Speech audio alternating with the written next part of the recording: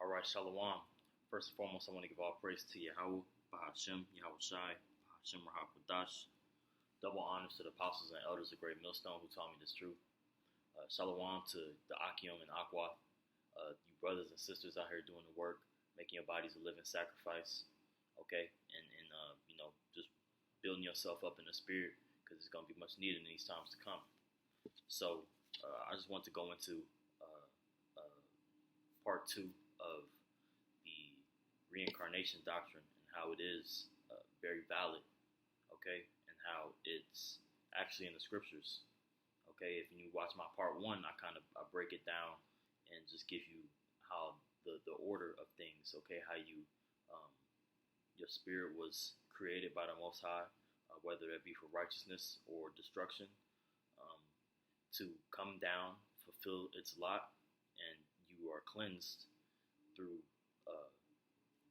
living out your judgment and it continuing on and picking back up in your next life, and you're washed through that trial, and that's how you're being put in the fire, is you coming down, living your life, whether it be works for righteousness sakes or wickedness sake, and you are tried to the Heavenly Father that way.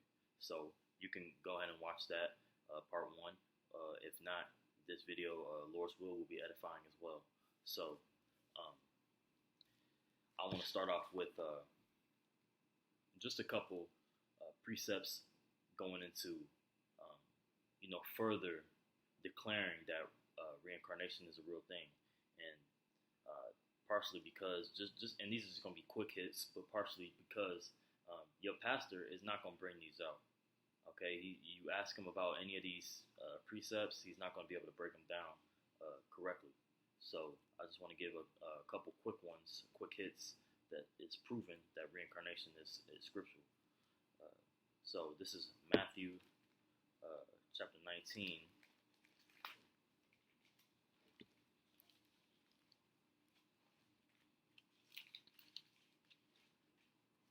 Verse 28.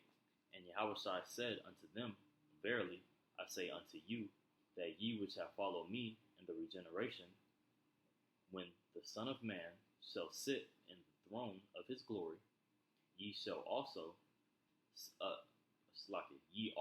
shall sit upon 12 thrones, judging 12 tribes of Israel.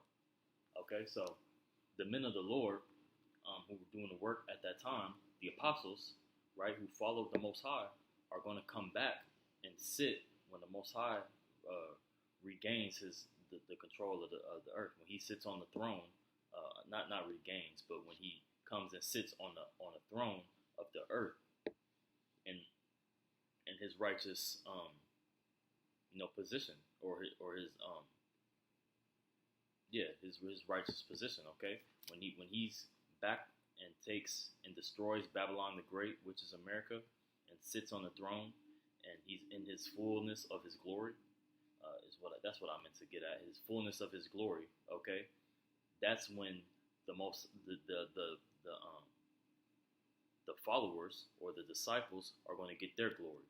Okay, it's going to be starting with Yahweh Shai, and then after that King David, and then after that it'll be the 12 apostles, and then it'll be everybody else, and that 144,000, and then even after that you'll have the 1/3, which is the elect, and then the 2/3, the rest of Israel. But it is going to be an order to the things, okay, an order to the throne. All right, so yeah, man, that's it says the regeneration. Okay, what does that mean? You ask your pastor, what is the regeneration? Okay, it's talking about reincarnation. Okay, when you come back and live your life out on earth, you're gonna, your spirit will be regenerated. Another synonym to that word is reincarnation. Okay, so we'll get 2nd Esdras 14. 2nd Ezra chapter 14, verse 35. Yeah, we'll start at 35. For after death shall the judgment come. Okay, so after you die, you get judged, right? Continuing on, when we shall live again, right? So when you get judged, is you're living out your judgment. When you live again, you're living out your judgment from your past life. So when you face trials and tribulations on this side, just know that you may be getting judged for the things you did in your past life, or maybe judgment from this time.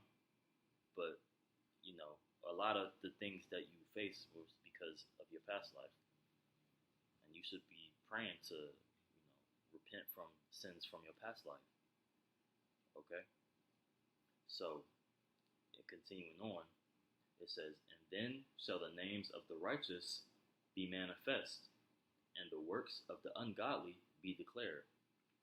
So when you live again, the names of the righteous will be manifest, and the works of the ungodly shall be declared. Okay, so you don't get your glory until afterwards, right? So us doing this work, we won't receive our glory until we are on the other side. Until Yahweh Shai sits upon his throne of glory, that's when, the members of the elect will receive their glory. And that's when the wicked will also be punished. So, yeah, you get the things you do on this side. That's why you need to be conscious of the things you do and the things you say, the things you think, because you will receive it on the other end. Okay, it's not going to go out void. The Most High is not going to forget the things that you've done on this side. Okay, it's not going to just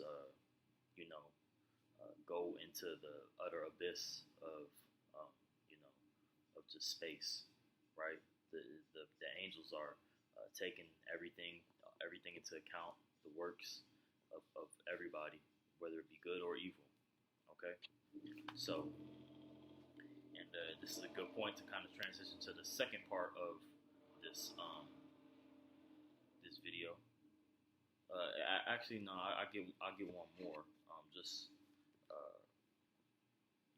kind of proving that reincarnation is scriptural. But then I'll get into the second portion of this video where I'll be talking about how Yahweh Shai, or matter of fact, I should say, I'll be proving how Yahweh Shai, who is Jesus, who the world ignorantly calls Jesus Christ, how in his past life he was King Solomon, and he was also Adam. Okay, I'll be proving that as well. So, but we'll get John chapter 9. Just another quick cut, getting to it. This is John chapter 9, and we'll start at verse 1. Okay, and Yahweh Shai passed by. He saw a man which was blind from his birth, and his disciples asked him, saying, Master, who did sin, this man or his parents, that he was born blind? Okay, and you can read this account, but Yahweh Shai literally just made this man he was born blind just so he could perform a miracle, and he could heal his sight, and he'd be able to see again. And that's how the Most High works, man. He literally creates vessels just to be to do what he wants. You might just play a certain role in the story just because it's all up to the will of the Most High. But the point is, in this account, is that the disciples asked, and this is proven that they understood at that time that you receive your judgment on earth, okay, and in your next life, because the disciples asked. I'll read it again. This is for John chapter 9 verse 2, and his disciples asked him, saying, Master, who did sin, this man or his parents? Okay, so they asked if he had sinned in his past life or his parents sinned, and they had a lame son. Lame just being disabled. Okay, so yeah, that's how he, you can receive your judgment.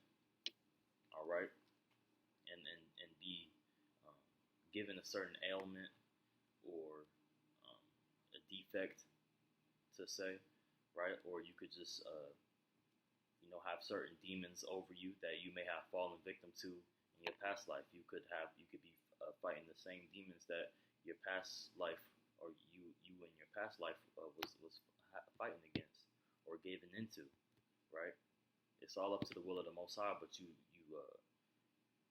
suffer the same lot. Okay, so this is I'm gonna get one more. We'll get Revelation chapter 1 or chapter 10. Yeah, that's what I'm on. Yeah, chapter 10,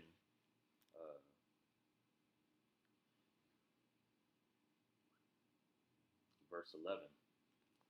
And he said unto me, Thou must prophesy again before many peoples and nations and tongues and kings.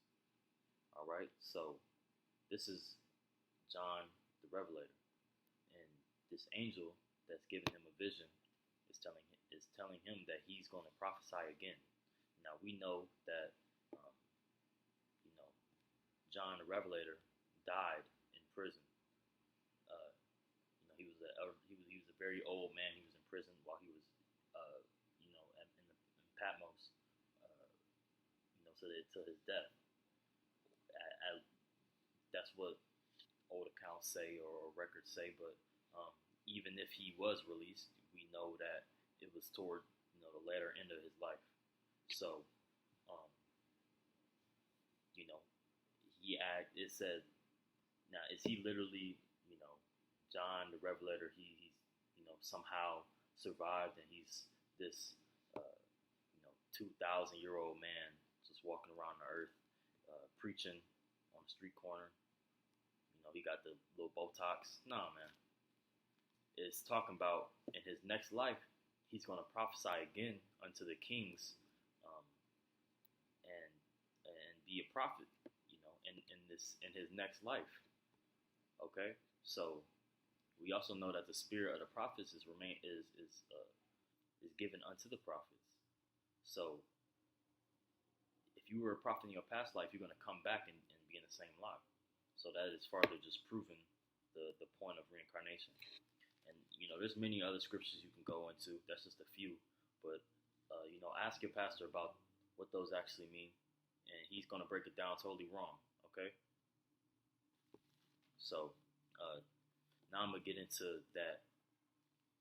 Yahweh Shai was King Solomon in his past life, and before that he was Adam. Okay, so this is Matthew chapter 1. We'll start at verse 1. It says, the book of the generation of Yahweh Shai Hamashiach, the son of David, right? So he's the son of David and the son of Abraham. So he was also Isaac as well. Okay, the son of Abraham was Isaac. So Yahweh Shai came as Isaac. He came as Adam, because he is the root and the offspring, but he also came as Isaac and Solomon. Okay, so it says, the book of the generation of Yahweh Shai Hamashiach, the son of David, the son of Abraham. Okay, so we'll go to Revelation 22 to show you that he is the root and the offspring.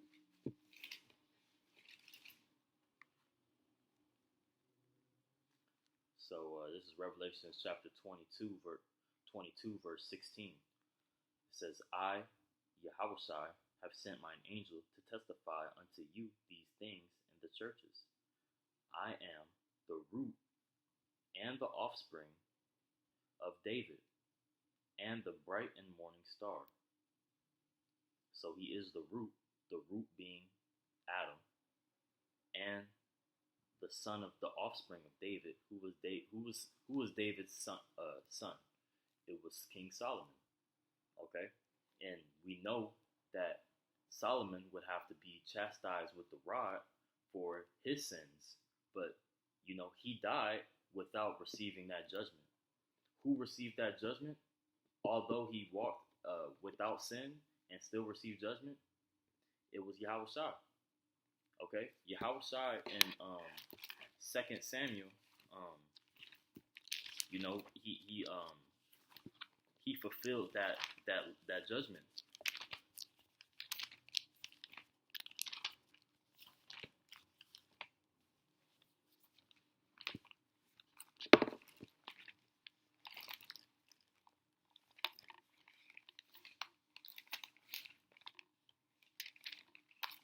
Yeah, Second Samuel.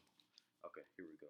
Second Samuel, chapter 7, verse 14. Um, Actually, we'll start at 12. This is Second Samuel, chapter 7, verse 12.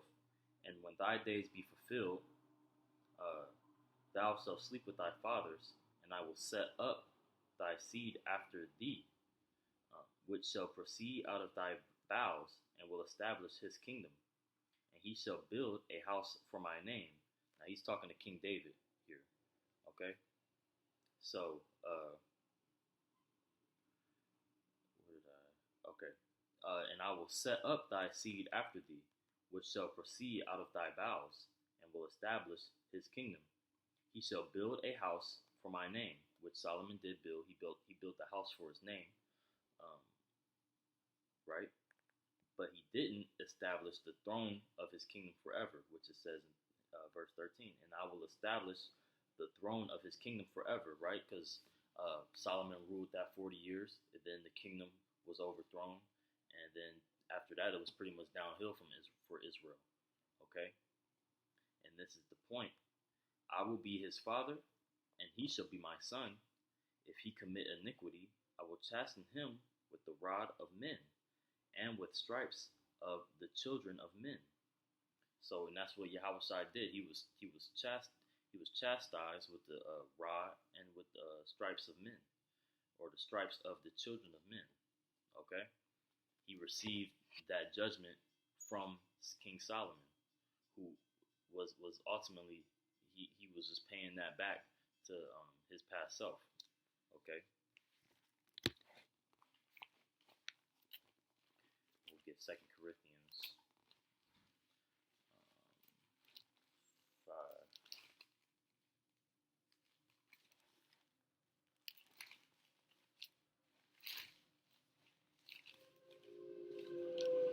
It's lucky, y'all, for this train, man. I live next to the city, so it's just got to deal with it. Okay, so, and we know that it's that's false to say that Yahweh Shai sinned. He was the lamb without blemish. Okay, and it's also the 2 Corinthians 5 is going to go into that. So this is 2 Corinthians 5 verse 21. For he hath made him to be sin. For he hath made him to be sin for us, who knew no sin, that we might be made the righteousness of Yahweh in him. So yeah, he was chastised, even though he was without blemish. He for his sins. So he walked righteously in his life as Hamashiach, as Christ, but it's Hamashiach in the Hebrew. Okay, that's how you say Christ in the Hebrew, the ancient Hebrew is Hamashiach. He was chastised in that life for his past sins. Okay, so that's just a quick lesson going over reincarnation. Hopefully, I edified. Shalom to all you watchers.